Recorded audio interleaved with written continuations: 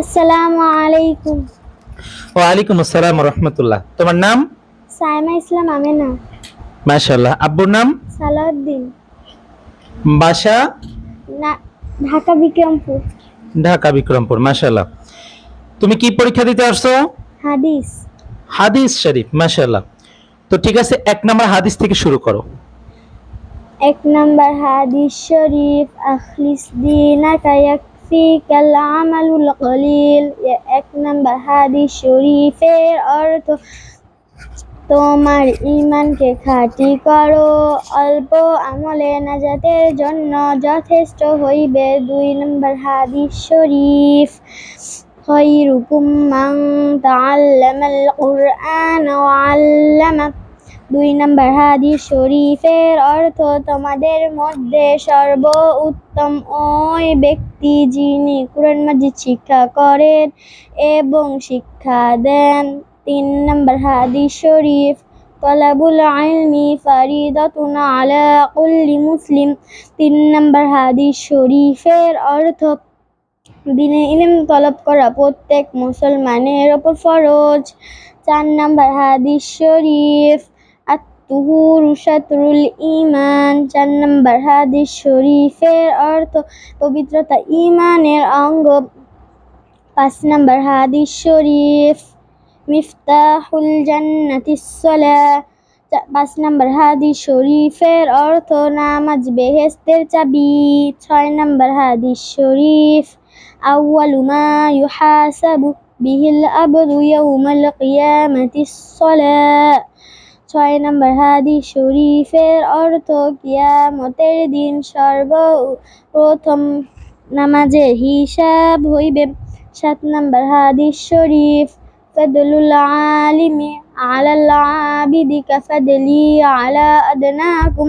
7 নম্বর হাদিস শরীফের অর্থ, তোমাদের মধ্যে সর্বাপেক্ষা ছোট ব্যক্তি হইতে আমার মতবাদ যত বড়, বেএলেম আবেদের চেয়ে একজন খাঁটি এলেমের মতবাদ তত বড়। 8 নম্বর হাদিস শরীফ, আদ-দুআ হুয়াল ইবাদা। 8 নম্বর হাদিস শরীফের অর্থ, দোয়া ইবাদত। 9 নম্বর হাদিস শরীফ, মাল্লাম ইয়াসআলুল্লাহ ইয়াগদাব আলাইহি। 9 নম্বর হাদিস শরীফের অর্থ, 9 নম্বর হাদিস শরীফের অর্থ, যে ব্যক্তি আল্লাহ তাআলার নিকট দোয়া করে না, আল্লাহ তাআলা তাহার উপর রাগান্বিত হন। 10 নম্বর হাদিস শরীফ, লা ইয়ারহামুল্লাহু মান লা ইয়ারহামুন নাস। 10 নম্বর হাদিস শরীফের অর্থ, যে আল্লাহ তাআলা তাহার উপর রহম করে না, যে মানুষের উপর রহম করে না। 11 নম্বর হাদিস শরীফ, আল মুসলিমু মান সালিমাল মুসলিমুনা মিন লিসানি ওয়া ইয়াদিহি। 11 নম্বর হাদিস শরীফের অর্থ, খাঁটি মুসলমান ওই ব্যক্তি যাহার হাত ও মুখ হইতে অপর মুসলমান নিরাপদ থাকে। 12 নম্বর হাদিস শরীফ, হুব্বুদ দুনিয়া রাসু কুল্লি খাতিয়া।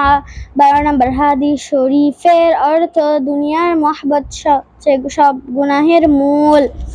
13 নম্বর হাদিস শরীফ, ইন্নামাল আমালু বিল খাওয়াতিম। মাশাআল্লাহ, অনেক সুন্দর হয়েছে।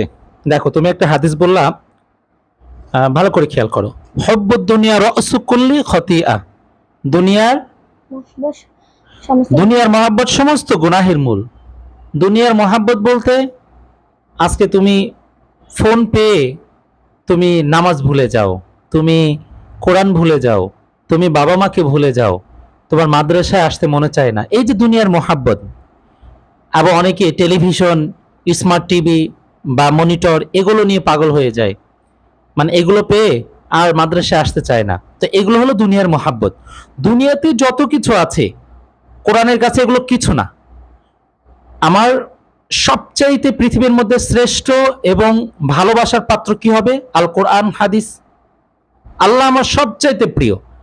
আল্লাহকে পাওয়ার জন্য আমি সব কিছু উজাড় করে দিব।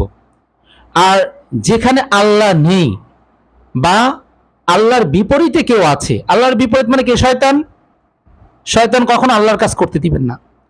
তো আল্লাহর বিপরীত যেগুলো আছে সেগুলোকে ঘৃণা করতে হবে, সেগুলো থেকে দূরে থাকতে হবে। এবং আমি তো করবই না কাউকে এরকম খারাপ কাজ বা কাউকে আল্লাহ বিরোধী কাজ করতেও দিব না। তারপর আরেকটা হাদিস তুমি পড়েছো, কিয়ামতের দিন সর্বপ্রথম নামাজের হিসাব। নামাজের হিসাব হইবে। কয় নম্বর হাদিস এটা? এটা হলো আপনার 6 নম্বর হাদিস। 6 নম্বর হাদিস। তো কিয়ামতের দিন সর্বপ্রথম নামাজের হিসাব হইবে। আব্বু আম্মু দাদা দাদি নানা নানি যারা আছেন তাদেরকে বোঝাতে হবে, বান্ধবী বন্ধুদেরকে বোঝাতে হবে যে কিয়ামতের দিন সর্বপ্রথম নামাজের হিসাব হবে। অতএব নামাজ পড়তে হবে, নামাজ পড়তে হবে, নামাজের হিসাব কিন্তু আল্লাহর কাছে দিতে হবে। আর একটা কি বললো, একটা হাদিস পড়লো না যে নামাজ জান্নাতের চাবি। চাবি, নামাজ জান্নাতের চাবি। তুমি নামাজ পড়বা তো আল্লাহ তোমাকে জান্নাতের চাবি দিয়ে দিবে। ধরো আল্লাহ তোমাকে বলছে "এই, তুমি জান্নাতে চলে যাও", যদি তোমাকে বলা হয় যে তুমি জান্নাতে চলে যাও কিন্তু তোমাকে চাবি দেয়নি, তালা দেওয়া আছে জান্নাত, তুমি ভিতরে ঢুকতে পারবা? তো চাবি কারা পাবে? যারা নামাজ পড়বে। নামাজ যারা পড়বে অটোমেটিক আল্লাহ ওদের জন্য চাবি তৈরি করে দিবেন। বুঝতে পেরেছো?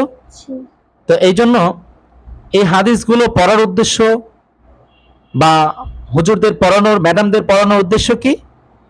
হাদিস অনুযায়ী নিজের জীবনকে পরিচালনা করতে হবে। মনে থাকবে ইনশাআল্লাহ? ঠিক আছে, আলহামদুলিল্লাহ। আসসালামু আলাইকুম।